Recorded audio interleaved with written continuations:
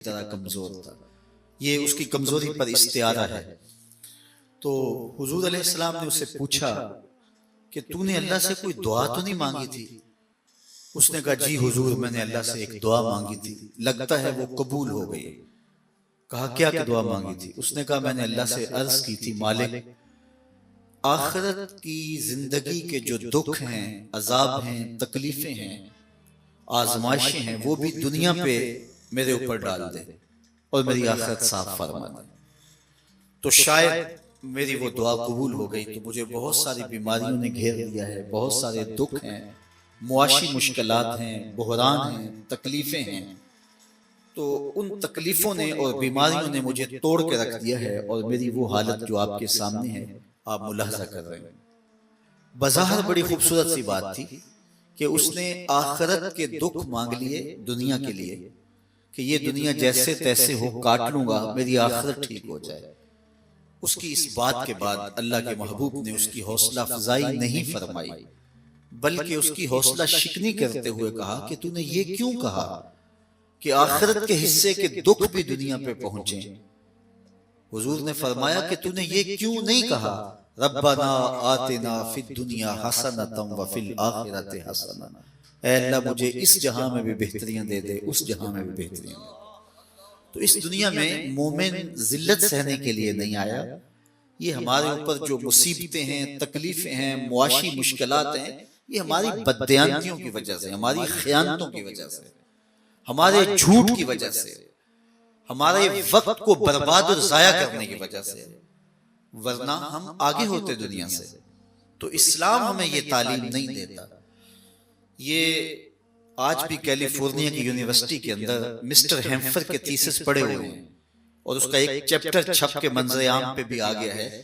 جب سلطنت عثمانیہ توڑی گئی تو اس وقت جو 4000 جاسوس مسلمانوں میں داخل ہوئے تھے اور جن کا یہ سربراہ تھا، تو اس نے اس میں انکشاف کیے ہیں کہ میں مسلمانوں کو گمراہ کرنے کے لیے اور تقسیم کرنے کے لیے جو 16-17 پوائنٹس تھے جس پہ کام کیا، اس میں سے ایک یہ تھا کہ مسلمانوں کو معاشی طور پہ کمزور کرنے کے لیے احادیث کے اندر اور امام غزالی کی کتابوں کے اندر جو زہد کے عنوان سے مضامین ہیں ان کو اپنے انداز میں پیش کرو، جبکہ وہ ایک خاص پس منظر کے حوالے سے اور خاص مواقع پہ کہ جب دنیا میں بندہ کھونے لگے تو اس وقت اس کو وہ ترغیب ہے، تاکہ یہ معاشی ہنگاموں سے کٹ کے الگ ہو جائیں اور نتیجہ کیا ہو کہ یہ دنیا کے اوپر کمزور سے کمزور ہوتے چلے جائیں. آپ جانتے ہیں کہ دور موجود کے اندر معیشت کو اس دور کا ایٹم بم کہا گیا ہے. تو ہمیں یہ نہیں کہا گیا، ہمیں یہ ترغیب نہیں دی گئی کہ آپ دنیاوی ہنگاموں سے ہٹ جائیں اور آپ بالکل الگ تھلگ ایک زندگی گزاریں. ترک دنیا کی تعلیم نہیں ہے، بلکہ غرق دنیا سے بچنے کی تعلیم ہے. اس مرغابی کی طرح جو کہ پانی میں رہنے کے باوجود اپنے پروں میں پانی جذب نہیں ہونے دیتی، لیکن پانی میں غوطے بھی کھاتی ہے. تو یہ ہمیں کہا گیا دنیا میں رہو، دنیا تمہارے اندر نہ رہے. ہمارا نقصان کیا ہے کہ دنیا اندر اتر جائے. کشتی پانی میں رہے تو خود بھی تیرتی ہے اور اپنے اوپر بیٹھے سواروں کو بھی منزل تک، ساحل تک پہنچاتی ہے. لیکن اگر پانی کشتی کے اندر آ جائے تو پھر کشتی کو بھی ڈبو دیتا ہے اور سواروں کو بھی ڈبو دیتا ہے. تو دنیا میں رہنا اس میں کوئی حرج نہیں، لیکن دنیا اگر اندر اتر گئی، من نظر الی الدنیا نظر الحب اخرج اللہ تعالی من قلبہ نور الیقین والزہد، پھر زہد اور تقوی کا نور چھن جاتا ہے اگر یہ دنیا ہمارے اندر اتر گئی اور اندر سرایت کر گئی اور اندر جذب کر گئی. تو ہمیں کاروبار کرنے کی تلقین کی گئی ہے. اگر ہم کاروبار نہیں کریں گے، مال نہیں ہوگا، تو زکوٰۃ اسلام کا ایک رکن ہے، تو اس کو پورا کیسے کیا جائے گا؟ تو یہ اسلام کا مزاج ہے اور ہمیں یہ ترغیب دی گئی ہے. لیکن اس کے لیے ہمیں رزق کمانے کی کچھ شرطیں دی گئی ہیں، کچھ مقاصد دیے گئے ہیں جو ضروری ہیں. علماء نے لکھا ہے کہ 3 مقاصد رزق ہیں، ان کو مستحضر رکھا جائے اور رزق کمایا جائے، کوئی حرج نہیں. یہ دل پر بوجھ بھی نہیں بنیں گے اور باطن کو اجاڑیں گے بھی نہیں. یہ رزق، یہ وسائل ہیں. وہ 3 وسائل کون سے ہیں؟ وہ 3 مقاصد اور اہداف کیا ہیں؟ تو فرمایا کہ پہلی چیز اپنے آپ کو سوال سے بچانے کی نیت کر کے رزق کمایا جائے.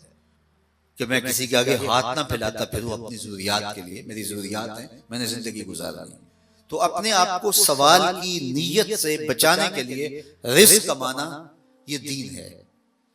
دوسرا مقصد اپنے زیر کفالت لوگوں کی کفالت کے لیے رزق کمانا. وہ بچے ہیں, بوڑھے ماں باپ ہیں, یا جو بھی آپ کے زیر کفالت لوگ ہیں, ان کی کفالت کی نیت سے رزق کمانا. یہ دوسرا مقصد ہے کاروبار کا, تجارت کا, کاشتکاری کا, مزدوری کا, ملازمت کا, جو بھی آپ ذریعہ رزق اختیار کریں. تیسرا مقصد ہمارا رزق کمانے کا معاشرے کے وہ لوگ جو کمانے کے اہل نہیں ہیں, اپاہج ہیں, کمزور ہیں, لاچار ہیں, معذور ہیں, اراملہ ہیں, یتامى ہیں, مساکین ہیں, بیوگان ہیں, غرباء ہیں, اسی طرح مدارس دینیہ ہیں, اسی طرح فلاحی کاموں کے سلسلے کے اندر جو ضروریات معاشرے میں پڑتی ہے, وہ معاشرے کی ضروریات ہوتی ہیں, ان کے لیے رزق کمایا جائے کہ میری ضرورت سے, حاجت سے اگر اللہ مجھے زیادہ دے دے تو میں یہ جو محنت کر رہا ہوں وہ میری ضرورت بھی پوری کرے, میرے بچوں کی ضرورت بھی پوری کرے, اور اس سے اگر زائد ہو جاتا ہے تو میں اس زائد رزق سے بہت سارے لوگوں کے کام آ سکتا ہوں, بہت سارے لوگوں کے لیے ذریعہ بن سکتا ہوں. یہ تین نیتیں مستحضر ہوں, اور جو ذرائع ہیں وہ حلال ہیں, اس میں سود نہیں ہونا چاہیے, ملاوٹ نہیں ہونی چاہیے, اس میں جھوٹ نہیں ہونا چاہیے, جھوٹی قسم نہیں ہونی چاہیے. چونکہ اللہ تعالیٰ جل شانہ 4 لوگوں سے دشمنی رکھتا ہے, جس سے اللہ دشمنی کرے تو اس کے پلے باقی بچتا کیا ہے. ان میں سے ایک کہ کاروبار میں قسمیں کھا کر کے سودا بیچنے والا. قسمیں کھا کے سودا بیچنے سے سودا تو بک جائے گا لیکن برکت نہیں ہوگی. اسی طرح من غش فلیس منا, جس نے ملاوٹ کی وہ ہم سے نہیں ہے. تیسری بات کہ اس میں جھوٹ نہ بولے بلکہ اس میں سچی بات کہے. اور چوتھی بات اور جو بنیادی ہے کہ آپ کے کاروبار کے اندر سود کی کسی صورت میں بھی آمیزش نہیں ہونی چاہیے. سود کے بہت رنگ ہیں, مختلف طرح کے سود ہیں. اللہ کے محبوب نے ایک مقام پہ فرمایا کہ سود کے 70 درجے ہیں, 70 صورتیں ہیں, اور سب سے جو نچلا درجہ ہے سود کا, اس سود کا 1 درہم لینا, 1 درہم سکی ماں سے بدکاری کرنے کے مترادف. اب آپ یہ اندازہ کیجئے, یہ حضرت ابو ہریرہ رضی اللہ تعالیٰ عنہ کی مرویات سے ہے, اور پھر اس سے جو بے برکتی نحوست کاروبار کے اندر آئے گی تو کچھ باقی نہیں بچے گا. اگرچہ وہ دیر کے ساتھ پہنچے گی لیکن وہ کاروبار اپنے منطقی انجام تک ضرور پہنچے گا. اور سب سے بڑی بات یہ ہے کہ سود تمہارا باطن کھا جائے گا, سود تمہارے اندر کو لوٹ لے گا, تمہارے رب کی ناراضگی کا سبب ہے.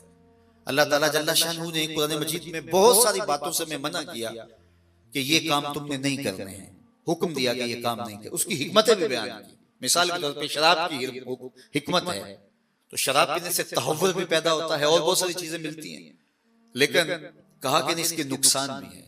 وَإِسْمُهُمَا أَكْبَرُ مِن نَفْعِهِمَا, اس کی برائیاں اور اس کے نقصان جو ہیں, اس کے جو منافع ہیں اس سے زیادہ ہے.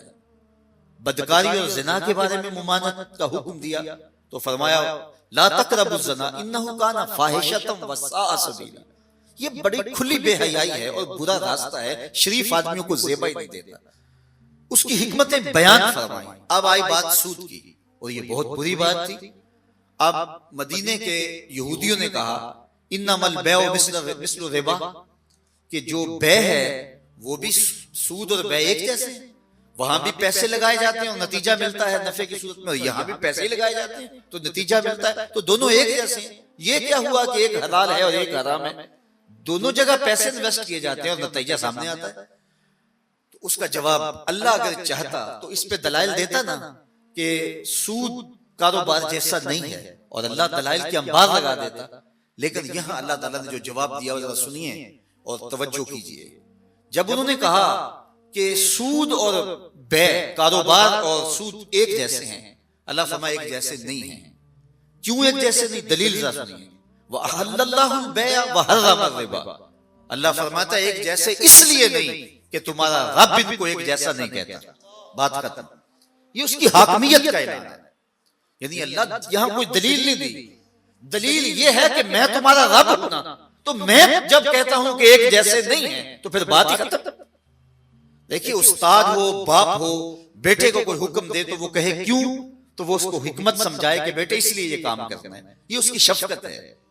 لیکن کبھی ایسا ہو کہ استاد کوئی حکم دے یا باپ کوئی حکم دے تو بیٹا کہے کیوں, تو باپ کہے کہ میں باپ ہوں اس لیے حکم دے رہا ہوں, استاد کہے میں استاد ہوں اس لیے حکم دے رہا ہوں.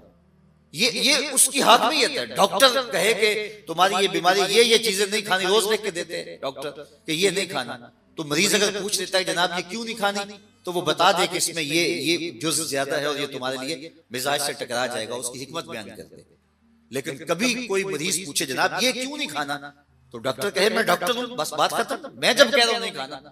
تو یہ اس نے اپنی اس شان کو بیان کیا. اللہ تعالیٰ جل شانہ نے یہاں اپنی حاکمیت کو بیان کیا کہ وہ کہتے ہیں کہ سود اور کاروبار ایک جیسے ہیں. اللہ فرماتا ہے ایک جیسے نہیں ہیں, کیوں کہ تمہارا رب ان کو ایک جیسا نہیں کہتا. جب رب ایک جیسا نہیں کہتا تو پھر ایک جیسے نہیں ہیں. اب اگر کوئی کہتا ہے کہ نہیں میں تو کروں گا, اللہ فرماتا پھر میں اس کو جنگ کا چیلنج دیتا ہوں. بہت سارے امور ہیں غلطیاں ہیں, لیکن اللہ نے کسی کو جنگ کا چیلنج نہیں دیا ہے. پورا قرآن اٹھا لیجیے, صرف ایک سود خور ہے جس کو اس نے جنگ کا چیلنج دیا.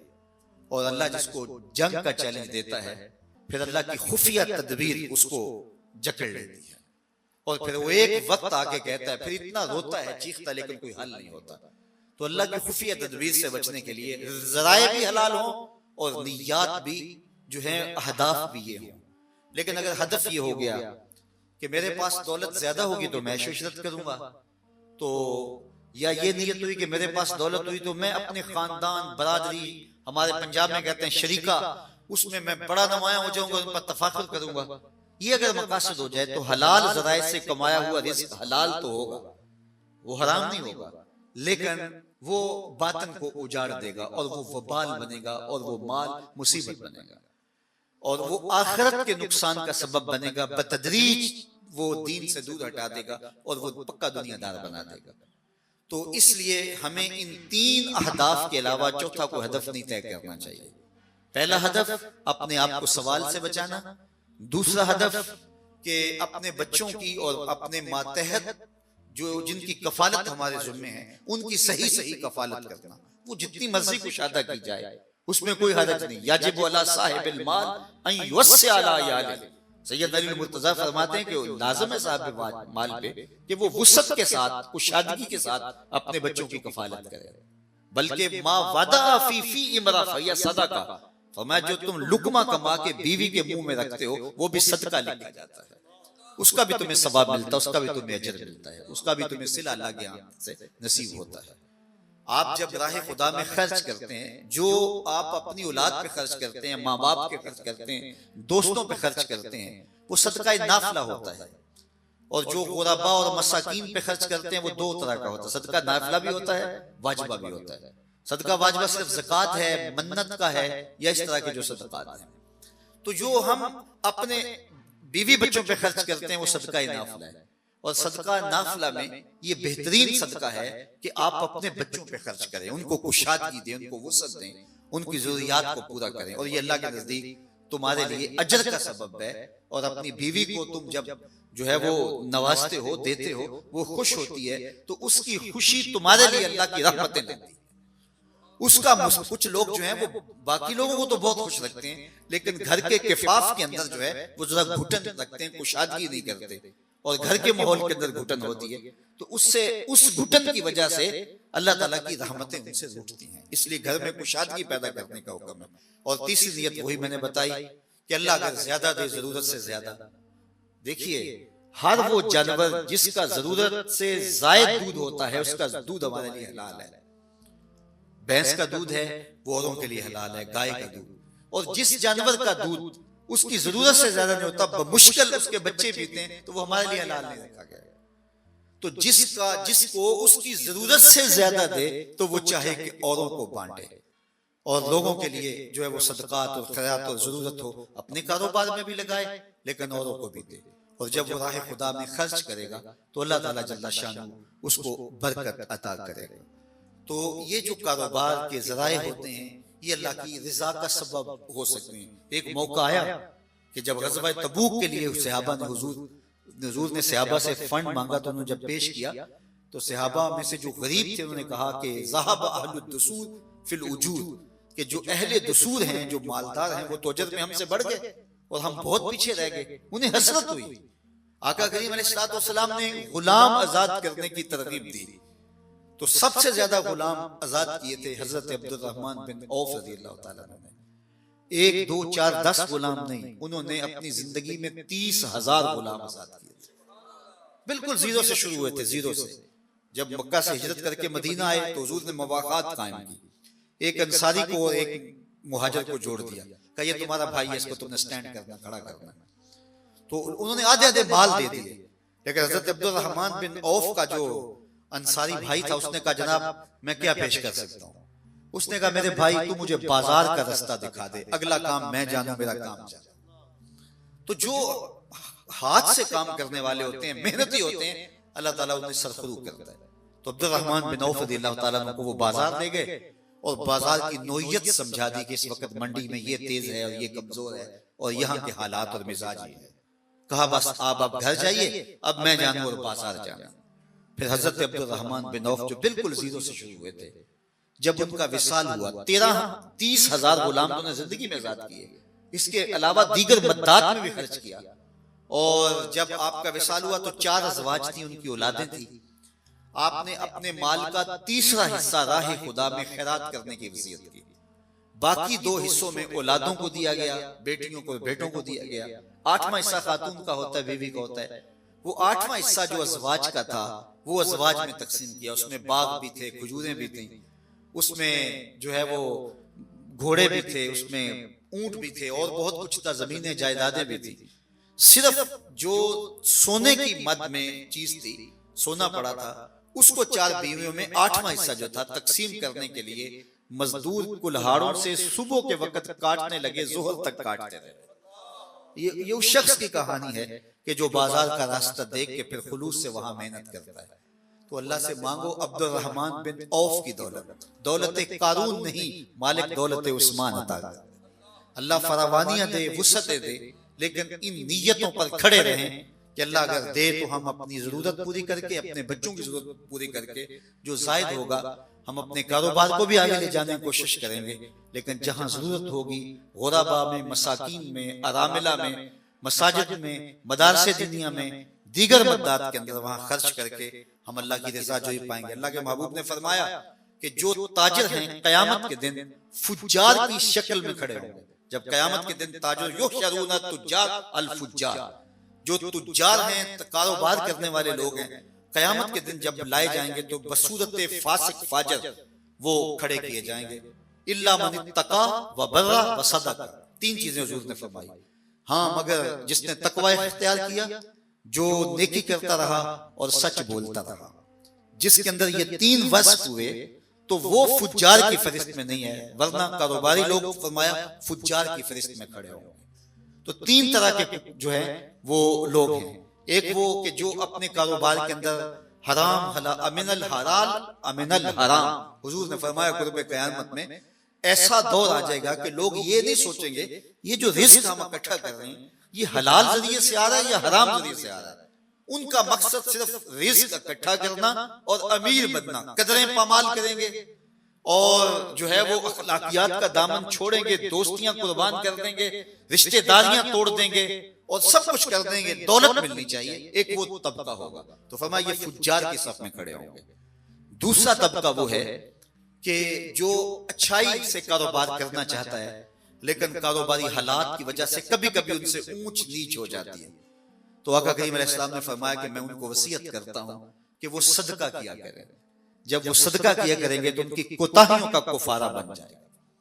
اور تیسرا وہ طبقہ اللہ کے محبوب نے فرمایا کہ جو بالکل صحیح طریقے سے تجارت کرتا ہے، اونچ نیچ نہیں ہونے دیتا اور اپنے مال میں آمیزش نہیں ہونے دیتا اچھے طریقے سے، اس کے بارے میں میرے حضور نے فرمایا التاجر الصدوق الامین مع النبیین والصدیقین والشہداء. قیامت کے دن وہ نبیوں کے ساتھ کھڑے ہوں گے، شہیدوں کے ساتھ کھڑے ہوں گے.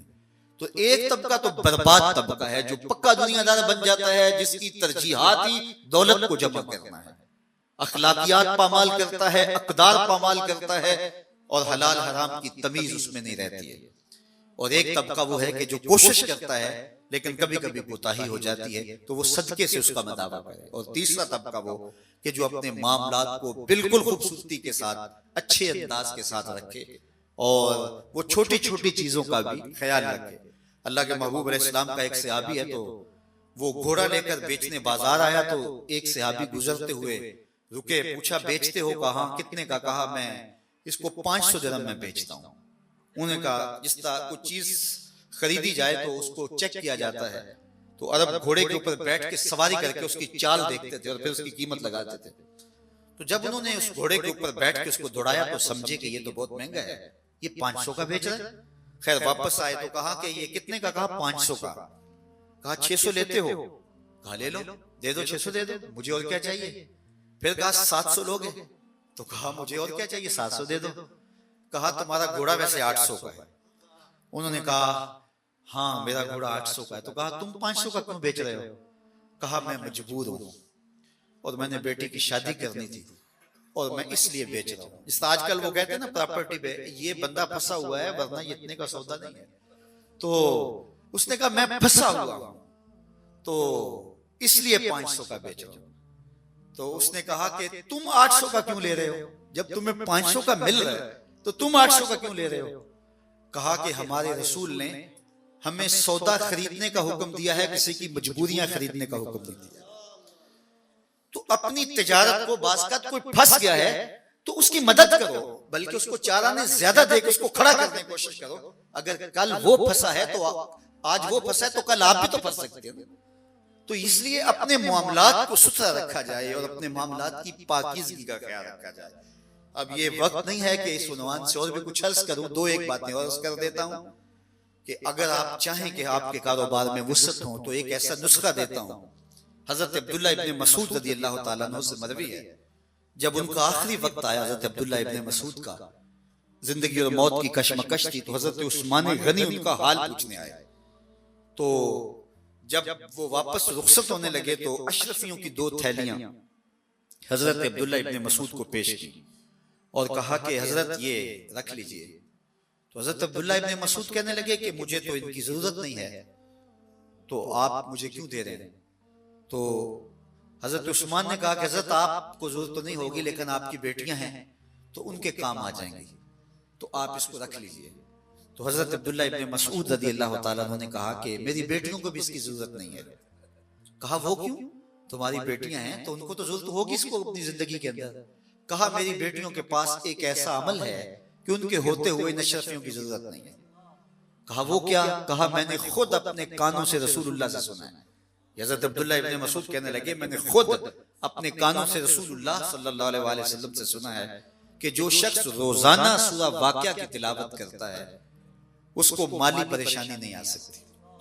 تو میری بیٹیاں میرے کہنے پہ ان کو میں نے ترغیب دی ہے، تو کہا کہ وہ روز یہ عمل کرتی۔ تو کہا کہ یہ کسی اور کے پاس لے جائیے، میری بیٹیوں کے بارے میں آپ پریشان نہ ہوئیے کیونکہ ان کے پاس سورہ واقعہ موجود ہے۔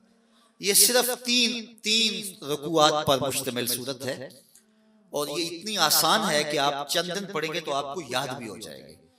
تو اپنے معمولات میں شامل رکھیے گا، آپ جب دکان پہ بیٹھیں یا شام گھر میں آئیں تو ایک مرتبہ سورہ واقعہ پڑھ لیجئے۔ میں آپ کو اپنا تجربہ بتاتا ہوں کہ میں کوئی کاروبار تو کرتا نہیں ہوں لیکن ایک سلسلہ شروع کیا ہے اور تعلیم و تعلم کا، اور وہ شروع تو کیا تھا چھوٹے پیمانے پر لیکن وہ بڑھتے بڑھتے کروڑوں پہ چلا گیا۔ تو میرے لیے بڑا مشکل ہوتا ہے فنڈنگ کے لیے لوگوں کے پاس جانا اور کہنا اور ترغیب دینا، اور جب مشکلات ہوتی ہیں تو میں اپنے بچوں کو بٹھا کے سورہ واقعہ پڑھتا ہوں، بس پھر اللہ تعالیٰ اپنی رحمت کے دروازے کھول دیتا ہے۔ تو آپ یہ عمل میں آپ کو یہ آزمودہ نسخہ بتا رہا ہوں، اور یہ میرا آزمودہ نہ بھی ہو، حضرت سیدنا عبداللہ ابن مسعود سے یہ مروی ہے، وہ کہتے ہیں میں نے حضور سے خود سنا ہے۔ اللہ اکبر۔ ایک وظیفہ اور سن لیجئے، شکا رجل الی رسول اللہ دیک المعیشۃ والفقر۔ ایک شخص حضور کی خدمت میں حاضر ہوا اور اس نے عرض کی حضور میں کثیر العیال ہوں، ذرائع آمدنی بہت تھوڑے ہیں، میرے لیے کوئی علاج تجویز کیجئے۔ یہ اس سے بھی آسان علاج ہے۔ حضرت سہل بن سعد الساعدی رضی اللہ تعالی عنہ صحابی رسول ہے، ان سے یہ مروی ہے۔ کہا حضور میں کثیر العیال ہوں، ذرائع آمدن تھوڑے ہیں، میرے لیے کوئی دعا کیجئے۔ تو آقا کریم نے فرمایا اذا دخلت الدار فسلم علیہ، تجھے وظیفہ بتاتا ہوں، جب گھر جائے تو گھر داخل ہوتے ہی السلام علیکم کہہ کے گھر میں داخل ہوا جائے۔ جب بھی گھر جائے السلام علیکم، اور اس کے بعد ایک مرتبہ سورہ اخلاص پڑھ دیا کر۔ یہ معمول زندگی بنا لے، جب بھی گھر جائے السلام علیکم، اس کے بعد سورہ اخلاص پڑھ دے۔ کہا یہ عمل نہیں چھوڑنا، اور فرمایا جب کبھی ایسا ہو کہ تو گھر جائے اور گھر میں کوئی بھی نہ ہو، گھر خالی ہو، تو فرمایا عمل پھر بھی نہیں چھوڑنا، فسلم علیہ، پھر مجھے سلام کہنا۔ وہ صحابی کہتے ہیں میں جب بھی گھر جاتا السلام علیکم، اور اس کے بعد سورہ اخلاص پڑھ دیتا، اور جب گھر میں کوئی نہ ہوتا پھر میں حضور کو سلام کہتا اور سورہ اخلاص پڑھتا۔ کہتے ہیں پھر کیا ہوا؟ اللہ اکبر، وہ اپنے نام لیواؤں کو تنہا چھوڑتے کب ہے، جہاں ہم دم نہ ہو کوئی وہاں سرکار ہوتے ہیں۔ اللہ اکبر۔ ملا علی قاری نے لکھا ہے کہ حضور کو سلام کیوں کہنا ہے؟ تو کہتے ہیں لِأَنَّا رُوحَهُ علیہ السلام موجود فی بیوت المسلمین، مسلمانوں کے گھروں میں حضور کی روح کے پیرے ہیں، تو حضور علیہ السلام کی بارگاہ میں جا کے سلام پیش کرو، اس کے مرتبہ سورہ اخلاص پڑھ دو۔ وہ صحابی کہتے ہیں میں نے عمل شروع کیا، جو ہی گھر جاتا السلام علیکم، اس کے بعد سورہ اخلاص پڑھ دیتا۔ کہتے ہیں یہ عمل میں نے جاری رکھا۔ ہمارے استاد فرماتے تھے بیان کرتے ہوئے یا شاگردوں کو کہ یہ عمل کرنا لیکن حسد نہ کرنا۔ ہم کہتے ہیں اس میں کون سی حسد والی بات ہے؟ کہتے ہیں اگلی بات سن لو۔ تو وہ کہتے ہیں حتی افاد اللہ جیرانہ، اس عمل کی برکت سے میں نے تو امیر ہونا ہی تھا، میرے ہمسائے بھی امیر ہو گئے، اللہ نے ان کو بھی برکتیں ڈال دیں۔ تو اپنے گھروں میں برکتوں کے لیے قرآن مجید کی تلاوت کرو، اللہ آپ کو رزق فراواں دے، رزق وسیع عطا کرے۔ اور میں آپ کے نام یہ بھی دعا کرتا ہوں اللہ آپ کو رزق سہل عطا کرے، پیچیدگیوں سے محفوظ رکھے، رزق حلال، رزق وسیع، رزق فراواں، رزق سہل، اور ایک اور دعا دیتا ہوں رزق مبارک عطا کرے۔